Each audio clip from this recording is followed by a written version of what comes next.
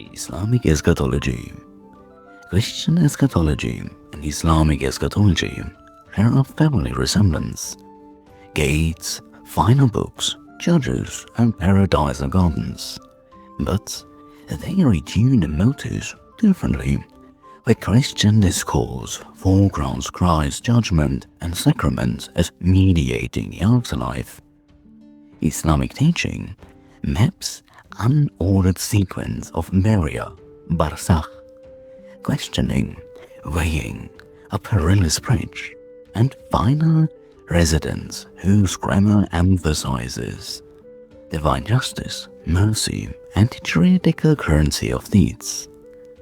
Both traditions shaped civic practice. Islam makes the road to the last things a public business of prayer, charity, and remembrance. Gates and thresholds. Barzakh, the gray's hush, and the signs of the hour. The grave is not silence, but a station.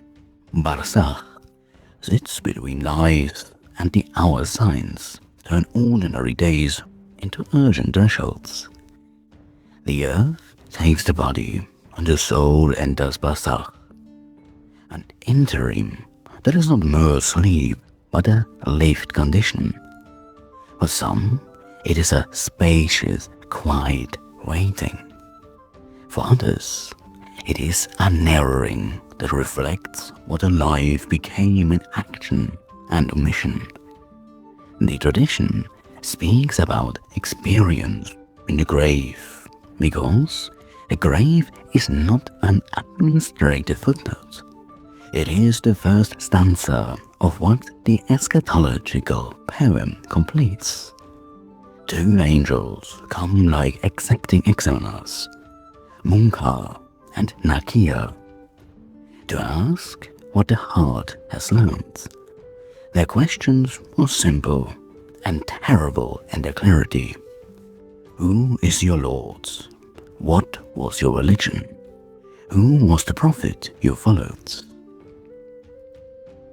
Answers given with knowledge and conviction shift the soul's posture. Confusion or hypocrisy tightens the scene. Think of it, if you must, as a short oral test with eternal consequences, and one would counsel sensible revision beforehand. The living have a work that is emphatically practical. Wash the body, ghusl, wrap it, kafan, stand in the Jannah prayer, bury promptly and with dignity. And these rites are not merely etiquette, they are interventions.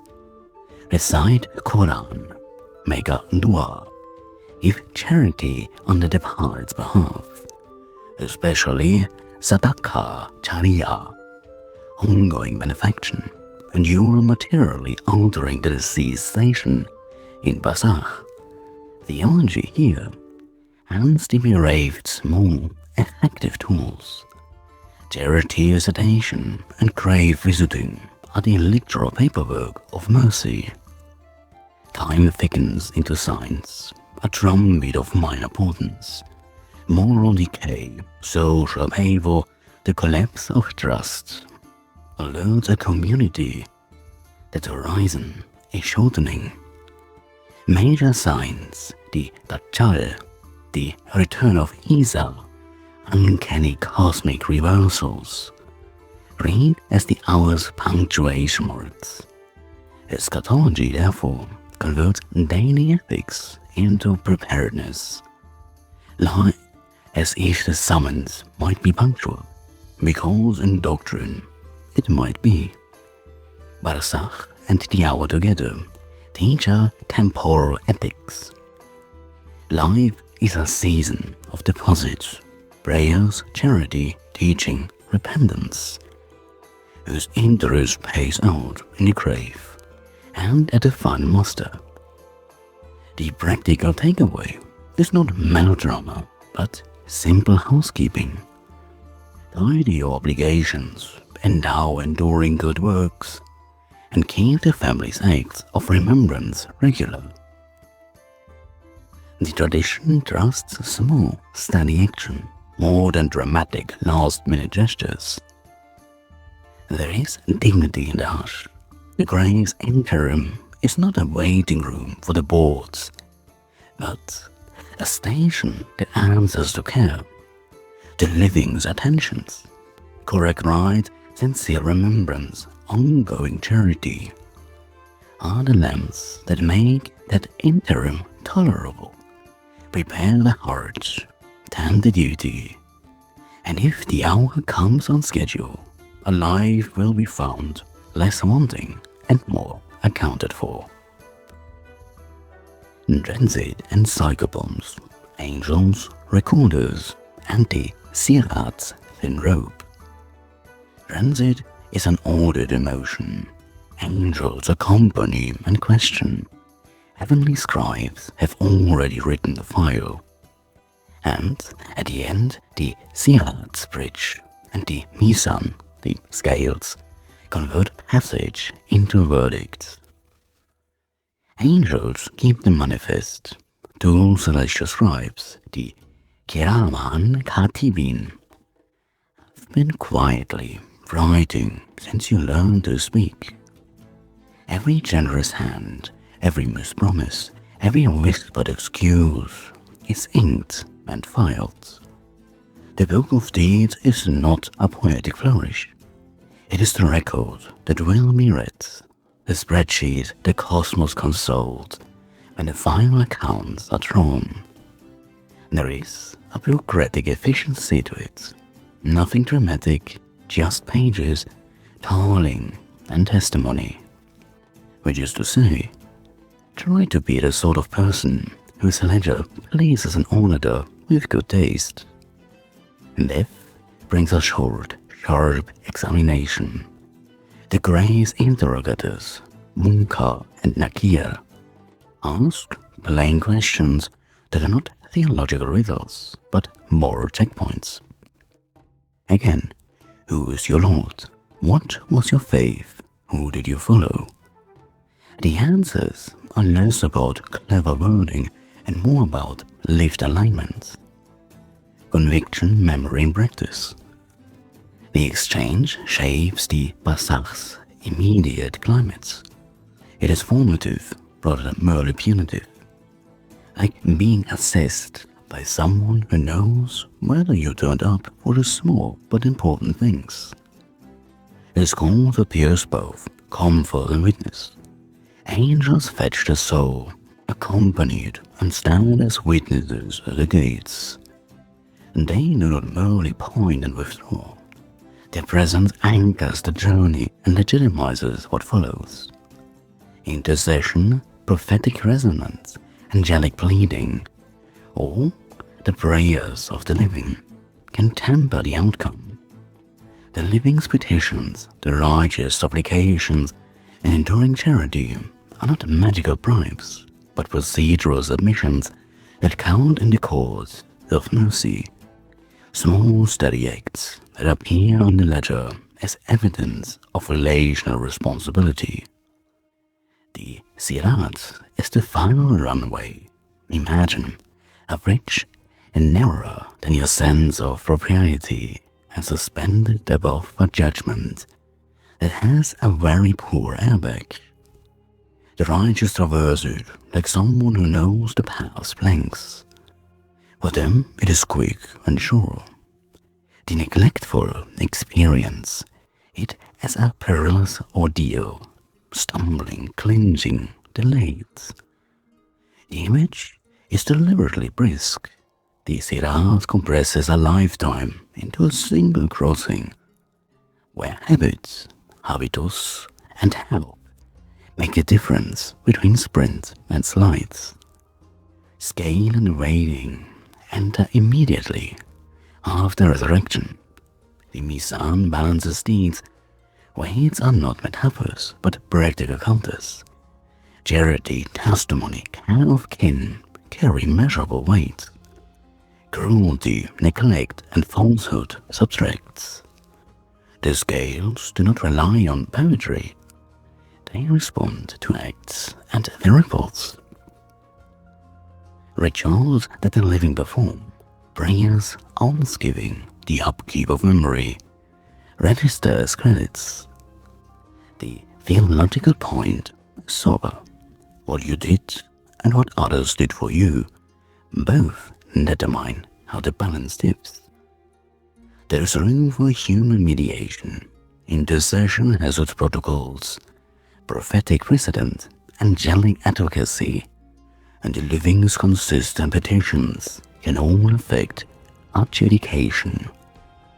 These moderating forces are not loopholes, but part of a juridical choreography that preserves justice while allowing mercy.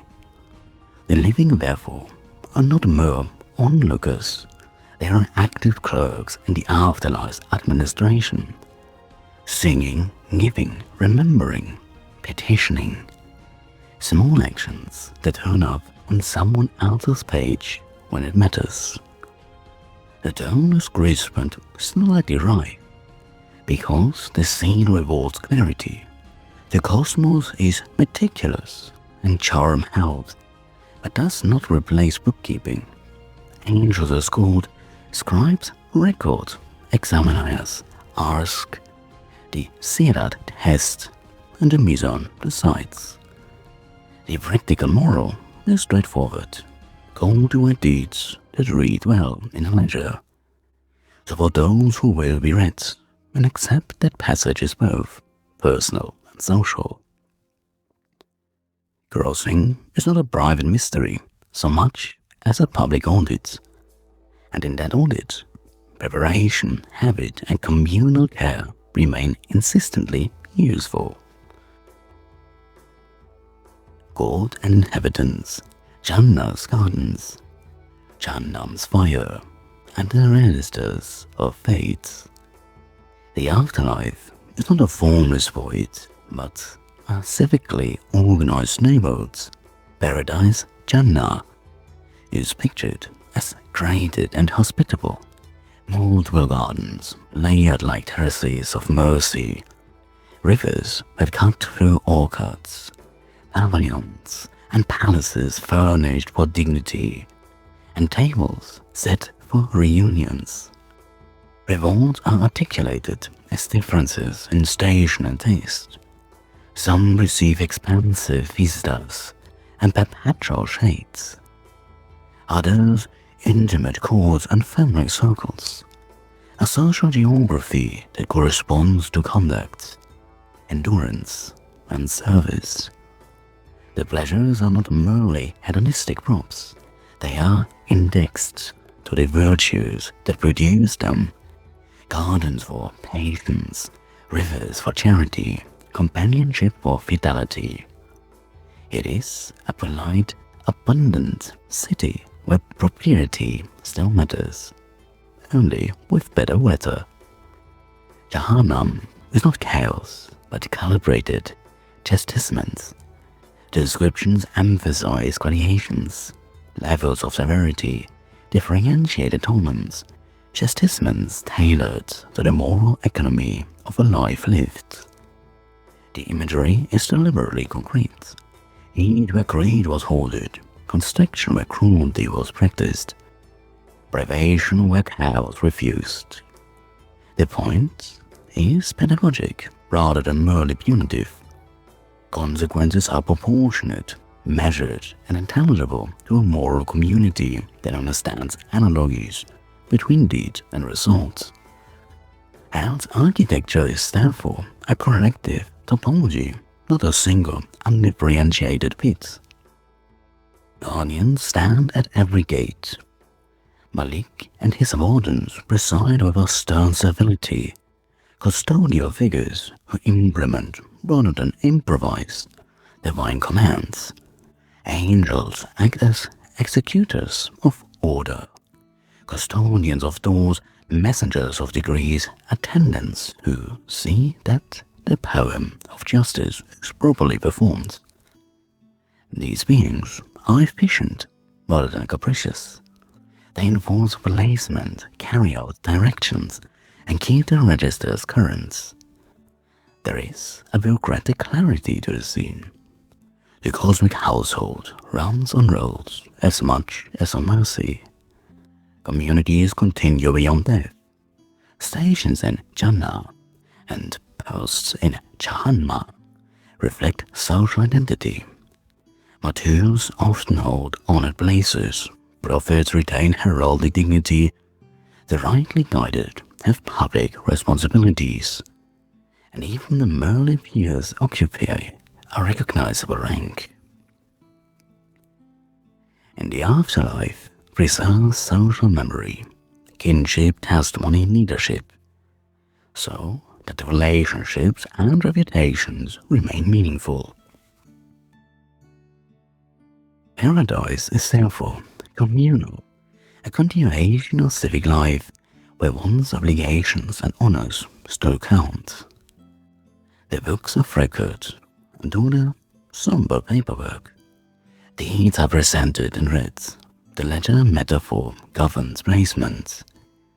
What the Kiraman, Katibin, and the heavenly clerks have written becomes the evidentiary account that situates a soul. Names, charitable acts, testimonies, preachers. These appear not as abstract sums, but as concrete entries that have consequences. The account is public and procedural. Records are read, context considered, and placements assigned, with an eye toward proportion and mercy.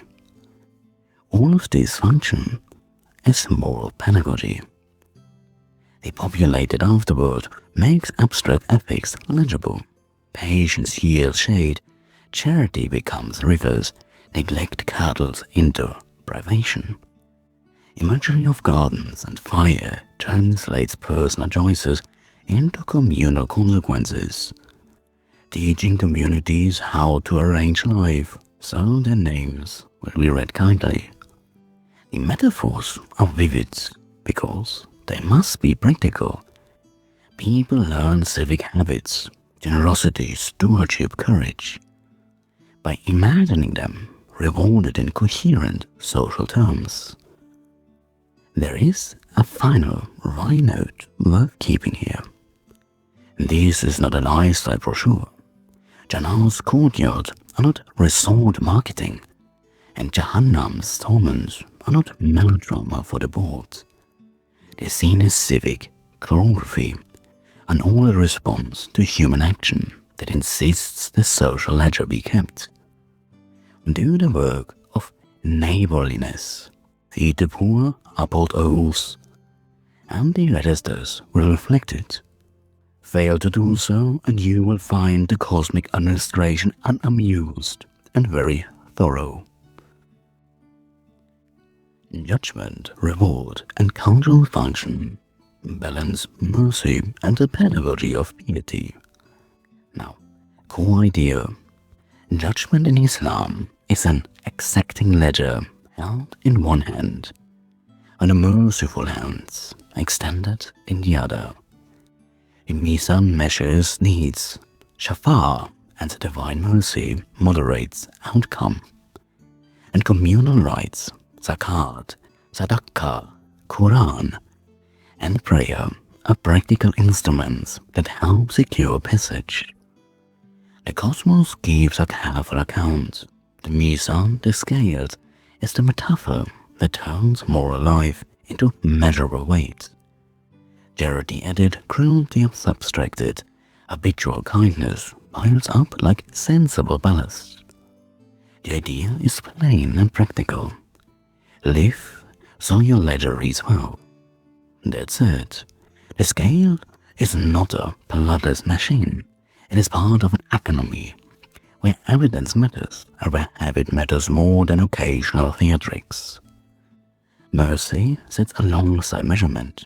Shafar, intercession by the prophets, angels, or the righteous, operates like an authorized appeal, not a loophole, but a formal petition that can tip a difficult case. God's mercy is emphasized again and again. Theological teaching insists both on the rigor of justice and on the generous possibility of pardon. Hope and caution cohabit neatly. Prepare your accounts, but do not despair of mercy. Rituals are juridical acts. Zakat and sadaqah are not merely virtuous gestures. They are payments on a moral balance sheet. Sadaqah, jariyah, enduring charity, is an investment that pays dividends for the departed and for communities. Wells, schools, planted trees that keep doing good long after Donna's voice is still. Recitation of the Quran, communal dua, and the Jannah sequence function as procedural aids. They register care, demonstrate responsibility, and the tradition holds influence the deceased standing at the reckoning. Communal life encodes eschatology into practice. Law, welfare, and neighborhood customs are taught as potential measures because the final audit makes them better. Caring for the bereaved, organizing collective charity, tending public endowments. These are social technologies that distribute risk, keep names active in memory, and convert private grief into civic repair. Eschatology here is social pedagogy. It trains communities to behave in ways that sustain the vulnerable and tidy the common ledger. Variety and debate are part of the landscape. Schools and local pieties emphasize different notes. Some stress literal scales and detailed accounts. Others foreground metaphor and the scope of mercy. Popular practices layer on local rites and emphasis. The point is not to settle every fine doctrinal point, but to keep a communal orientation, tidy obligations, invest in enduring good, pray and give, and trust that both justice and mercy have their say. Now, practical takeaway. Treat the day of reckoning like a civic filling deadline and a call to neighborliness. And all the small steady things, zakat paid, a water well dug, a Quran recited, a widow visited, and you cultivate evidence that counts. The tradition trains a kind of moral housekeeping. Be scrupulous, be generous, and leave behind work that continues to pay for those you love. Islamic eschatology makes the afterlife a juridical theater in which record-keeping, escorting angels, bridge-walking, and divine mercy shape destinies. It trains communities to act now, pray, give, bury, and remember, because the world's small ledgers will one day be read aloud. So, keep the accounts tidy. The scales have a habit of asking for exact change.